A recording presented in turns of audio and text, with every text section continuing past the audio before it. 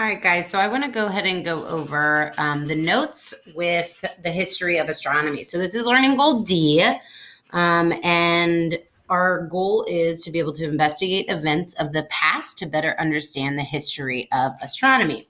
So let's go ahead and start by saying that astronomy is one of the oldest scientists known to man.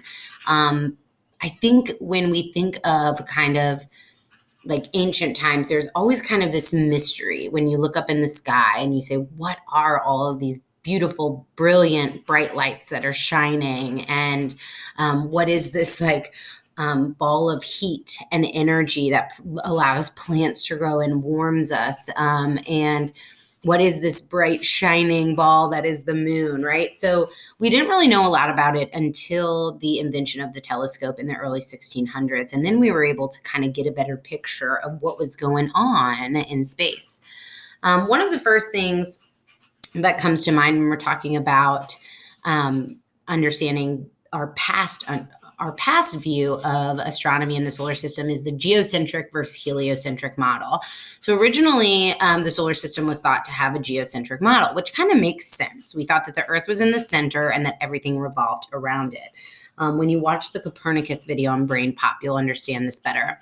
Heliocentric means that the sun is in the center and everything revolves around the sun. So that is kind of the model that we now know exists. Galileo actually believed that there was a believed in the geocentric model, which just goes to prove that you can be very, very smart and know a lot and still get some things wrong, because we accredit Galileo for so much of our understanding of astronomy, but this part he did get wrong, that it was a geocentric. Whereas Copernicus, both of these gentlemen you'll hear a lot about in your Brain Pop videos, believe that the sun was the center of the solar system. Then we need to talk a little bit about the telescope. So the original telescope was invented in 1608, and it could magnify objects up to 3 times. That is not very much compared to telescopes that are around today. So we have developed a lot and advanced a lot in the world of telescopes. About a year later, I think it was a year. Yep. About a year later, Galileo made some major improvements in the telescope. And doing that, he actually discovered 4 of the largest satellites of Jupiter. Satellites is another word for moon. So he discovered the 4 largest moons of Jupiter. We now know that there are many more. Kepler was a famous astronomer who came up with the planetary laws of motion and described kind of their orbit around the sun.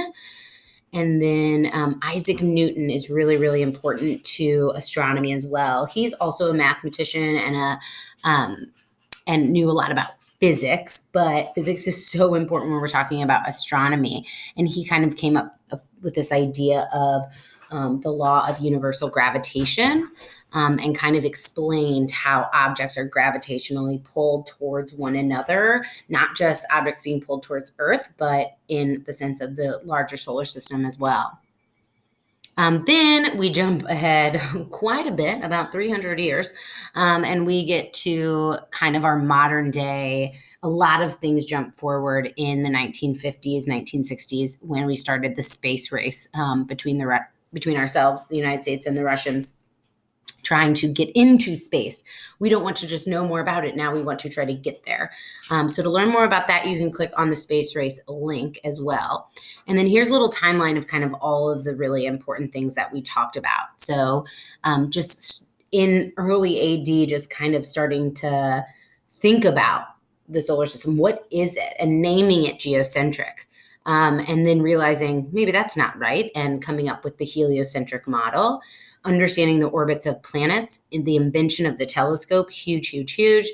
Galileo, a huge player in astronomy. And then you jump forward about 300, 400 years, and that's when you're going to get into the space race, which if you want more information on that, let me know. There's so much good stuff on space race I can help you with.